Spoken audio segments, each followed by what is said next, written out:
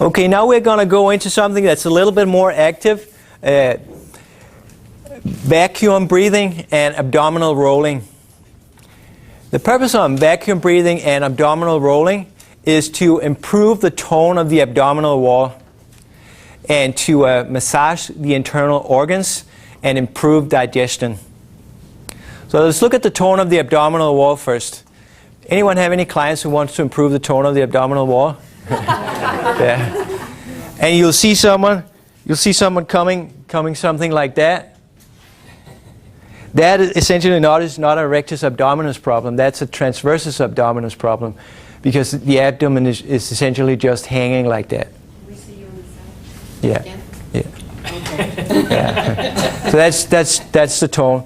And tone is the state between complete laxity and complete tautness. So it's like a piano string. So it's a state between relaxed and contracted that's most optimal for the skeletal structure. As far as massage goes, as we draw in the abdominal wall, we are compressing the internal organs. And there's such a feature as something called reactive hyperemia, which means that if you compress blood vessels for a few seconds, and when you release the pressure again, the blood flow is increased through that area compared to what it was before. And it's also the simple physical pressure will help to move things through the digestive system. That's actually, before we do that, that's the idea behind some of the squat variation that they teach in the Czech system. So for example, when you squat down like that and let your torso rest on your thigh, there's a pressure on the ascending part on the colon, and then there's a pressure on the descending part of the colon. It will help move the material through the intestines.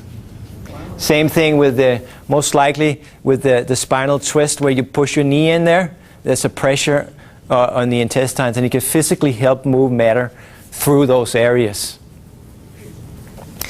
So as far as doing it, comfortable stance, tongue behind the roof of the mouth. I'm just going to show first, and then you're going to explain. You're going to try. Deep inhale, let the abdominal wall expand. Draw your belly button and the lower portion of your abdominal in, and press the air out in that action. So it's literally you're imagining someone pushing a hand on your abdominal wall, and the air is being pressed out. Relax your diaphragm area, if that makes sense to you. Relax your throat. And just be like, The exhalation here should be through the mouth.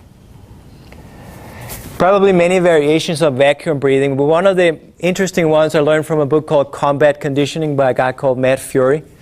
He'll go into this position, and then he'll bend forward. As you bend forward, this is essentially putting weights on the transversus abdominis, because now the internal organs wants to fall out, right? And you got to restrict that with the contraction force of the transversus abdominis. You can feel it needs to contract harder when you bend forward. You come back up. New inhale. Draw in the lower portion of the abdominal wall. Relax your diaphragm, relax your throat. Exhale through the mouth. Keep it drawn in. And come back up. As far as cueing goes, I find that if you tell them to draw in the abdominal wall, you see some client be able to move from here and up and not being able to move the bottom part. That can have a lot of reasons that we cannot talk about within this time frame. It is slightly more effective to teach them to cue to move the part of the abdominal wall that is below the belly button. So tell them to move this part. And if they can't move this part below the belly button, you know that there's some kind of either muscular issue or intestinal issue. Because the muscles are a function of the internal organs. The internal organs are not functioning to its fullest extent. We will have compromised muscles as well. Any questions on the vacuum breathing? Yeah. Person, do you say when you're breathing in, you push your abdominal muscles out? Yeah. Okay. Yeah. Does that make sense to you? Essentially, it's because when we, in a relaxed position, the breathing muscle, our diaphragm, which is a dome-shaped muscle, the dome turns up. On an inhalation, the dome, expands downward into the abdominal cavity. And unless you restrict with your muscles, it will naturally expand like that.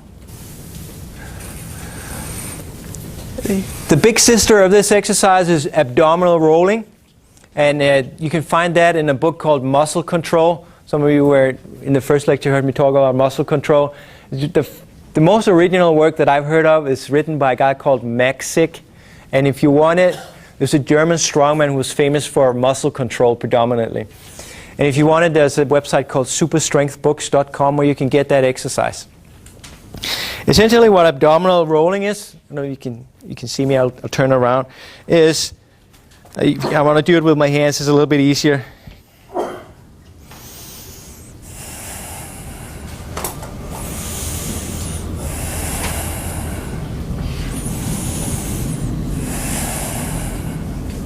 So again, it's activating the transversus abdominal muscle, but the motor pattern is slightly more complicated. So let's say you've done the vacuum breathing for a while with your client and you feel it's time, okay, let me do some more exciting with this client now. It begins with an inhalation. You can put your fingers on your abdominal wall like that, 2 fingers close to the rib cage and 2 fingers down. And to begin with a relaxed abdominal wall.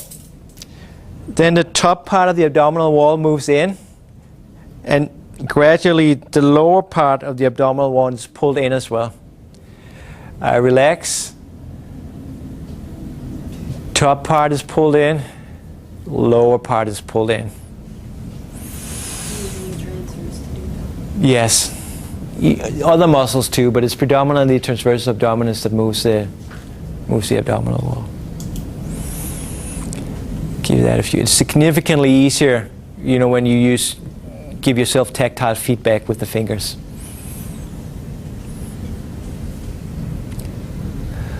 So, and when you have a client that's very interested in creating a nice midsection, you want to do this exercise with all the other abdominal work you do for the obliques and the rectus abdominis exercises. Also very good for, I know that from first-hand experience, very good for digestion in general too.